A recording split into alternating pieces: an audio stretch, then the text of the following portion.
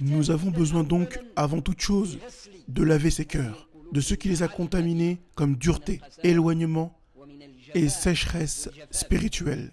Ces cœurs ont besoin d'être arrosés par l'eau coranique et les fleuves de la foi, dans l'espoir qu'ils s'éveillent pour qu'on ressente enfin qu'on est humain. Si le serviteur ressentait vraiment qu'il était humain, et je dis bien humain, il concrétiserait le repentir par la permission d'Allah. Pourquoi cela ?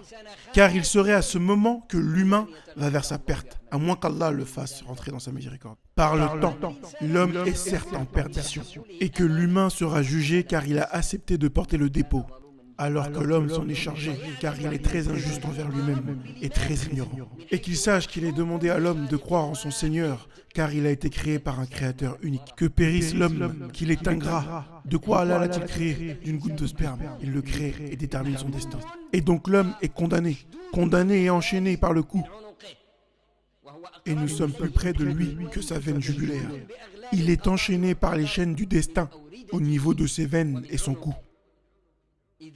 Donc, le repentir se trouve dans la connaissance profonde du Seigneur. Et c'est cela dont nous avons besoin à notre époque. Ce dont nous avons besoin, c'est le repentir, mais dans le sens de la connaissance spirituelle, en se basant sur ce qui a été rapporté par les gens de science, dans la connaissance d'Allah. Ceux qui connaissent véritablement et sincèrement Allah, et non pas celle des charlatans. Ceux qui connaissent Allah et qui connaissent la grandeur véritable de leur Seigneur.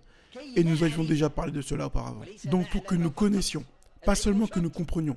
La science est une condition nécessaire sur le point de départ de la connaissance. Mais elle doit être complétée par la connaissance pratique de ce que nous avons appris. Beaucoup d'entre nous savent des choses mais ne connaissent pas leur sens pratique. Et c'est pour cela que nous avons rencontré, oh combien de savants, mémorisant des tonnes et des quintals d'informations scientifiques. Mais l'absence de la connaissance par le cœur fait qu'ils ignorent qui est vraiment Allah. Ignorant la grandeur d'Allah, son statut sans égal. Et pour celui qui aura redouté de comparaître devant son Seigneur. Et le complément d'objet, maf'ulun bihi, ici, désigne la grandeur, le statut du Seigneur. Car les gens, en général, ne se soucient pas de la grandeur de leur Seigneur. Et ne daignent pas à donner à leur Seigneur une grandeur dans leur cœur. Et si la personne connaissait réellement la grandeur du Seigneur le Très Grand, elle le craindrait et éprouverait de la crainte à son égard. Donc, le premier sens important à connaître pour le repentir dans la connaissance pratique est la solitude et le besoin de combler cette solitude. Ici, nous allons commencer à détailler par la permission d'Allah le moyen d'atteindre la vraie taouba. Le repentir sincère comme l'a nommé le prophète sallallahu alayhi wa sallam. Ce repentir sincère et véritable ne peut avoir lieu qu'en ressentant la solitude et l'éloignement. C'est-à-dire que la personne ressent un éloignement et un dépaysement. Comment peut-il ressentir cela ? Il ne pourra ressentir cela que s'il médite et réfléchit. S'il médite ce qu'il peut des versets du noble Coran et qu'il médite sur la création des cieux et de la terre. Si l'être humain méditait véritablement sur lui-même tout d'abord, ainsi qu'en vous-même, n'observez-vous donc pas ? Puis qu'il médite sur la création des cieux et de la terre, il se rendrait compte alors qu'il est étranger sur cette terre.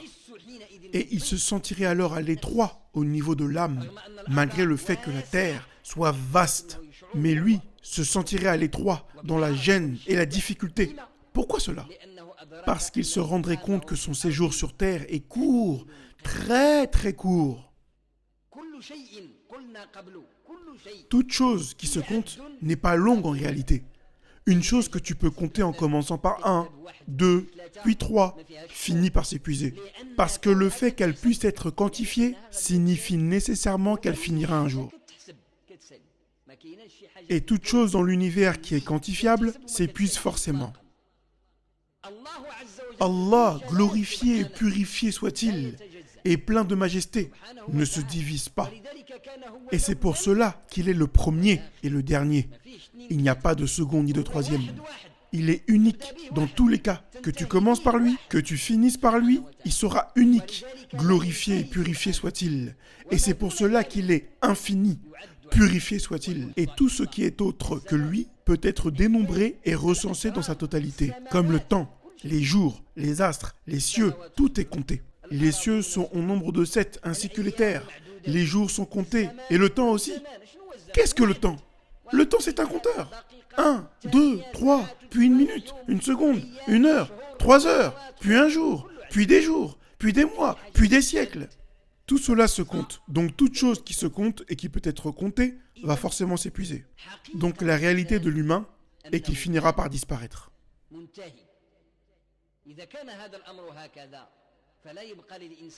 Donc si les choses sont ainsi, il ne possède réellement que ce qu'il a dédié pour l'éternité. La réalité de l'humain qui va perdurer, c'est son destin après sa mort.